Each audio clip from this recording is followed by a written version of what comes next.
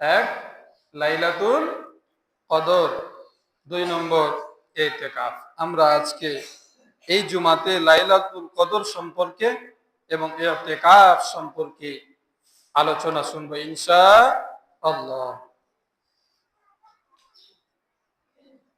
অসুস্থতার নিয়ামতের ভিতরে আছি, আপনাদের কাছে দোয়া চাই আল্লাহ তাআলা যেন সুস্থতা দান করেন এবং এই আলোচনাগুলো খুব সুন্দরভাবে যেন করতে পারি।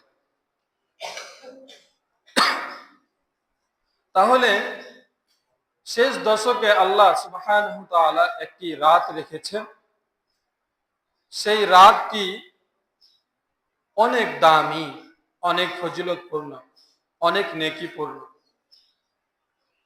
আল্লাহ সুবহানাহু ওয়া তাআলা সেই কদরের রাত্রি সম্পর্কে একটা সূরা নাজিল করে দিয়েছে। সূরাটির নাম সূরাতুল কদর।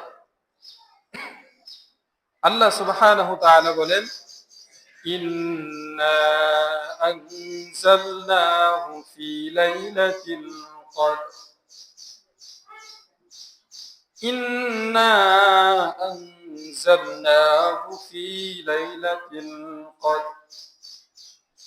নিশ্চয় আমি এমন একটা রাত দান করেছি যেই রাতে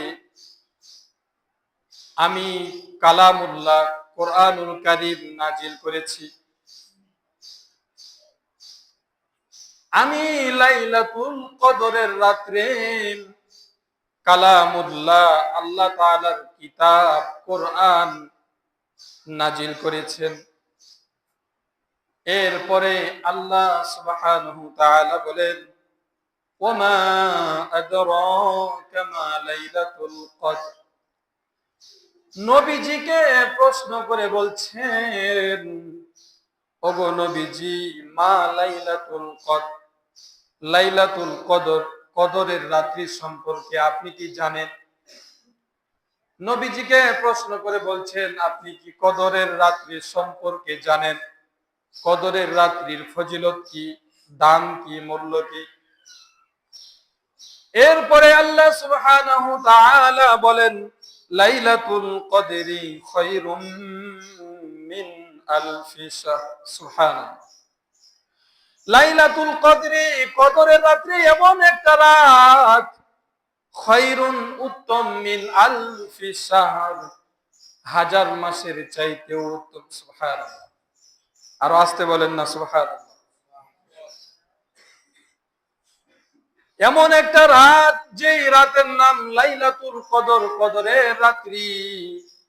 যদি কোনো বান্দা সেই রাত্রিকে ইস্তেগফারের মাধ্যমে, সালাতের মাধ্যমে, নামাজের মাধ্যমে, দোয়া আজগার জিকিরের মাধ্যমে, কোরআন তেলাওয়াতের মাধ্যমে যদি রাত্রি জাগরণ করে সে রাতটিকে পালন করতে পারে, আদায় করতে পারে, তার আমল নামায় 1000 মাস, 1000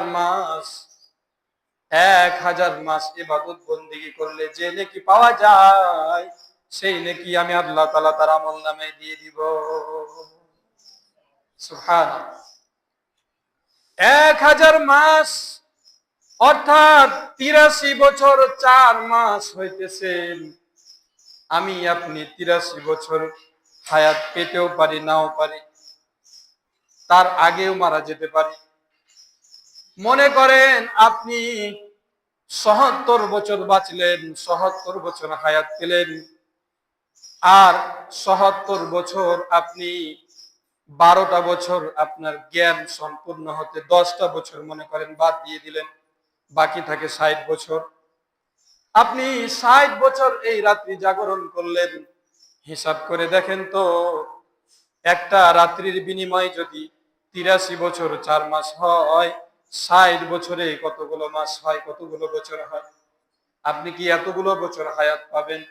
কখনো পাবেন না। তাহলে আল্লাহ সুবহানাহু ওয়া তাআলা আমাদেরকে এই দামি রাতটা কেন দিলেন?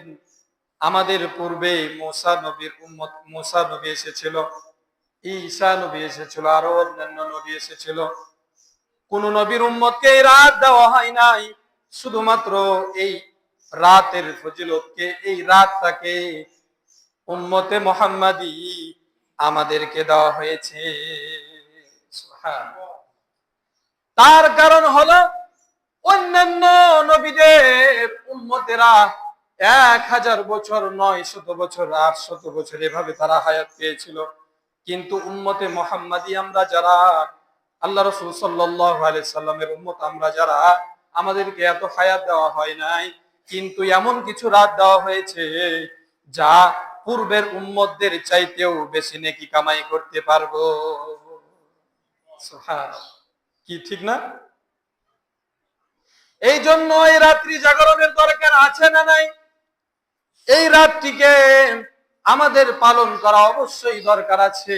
তার কারণ হলো আমরা ৭৭ বছর জীবন কাটায় দিতেছি, ৮০ বছর, ১০০ বছর জীবন কাটায় দিয়েছি, এমন কোন আমল করতে পারি নাই, এমনও বান্দা আল্লাহর আছে না নাই? ৭০, ৮০ বছর, ৯০ বছর বয়স হয়ে গেছে, এক ওয়াক্ত নামাজ পড়ে না, এমনকি জুমার নামাজও পড়তে আসে না, এমন আল্লাহর বান্দা আছে না নাই? যার কাছে নামাজের কোনো ভ্রুক্ষেপ নাই, যার কাছে রোজার কোনো ভ্রুক্ষেপ নাই। আল্লাহ সুবহানাহু ওয়া তাআলা আমাদেরকে কত সুন্দর একটা রাত দিয়ে দিলেন, যে রাতটাকে নিজেই বলে দিলেন খায়রুম মিন আলফি শাহর, 1000 মাসের চাইতেও উত্তম। সুবহানাল্লাহ। তানাজ্জালুল মালায়েকা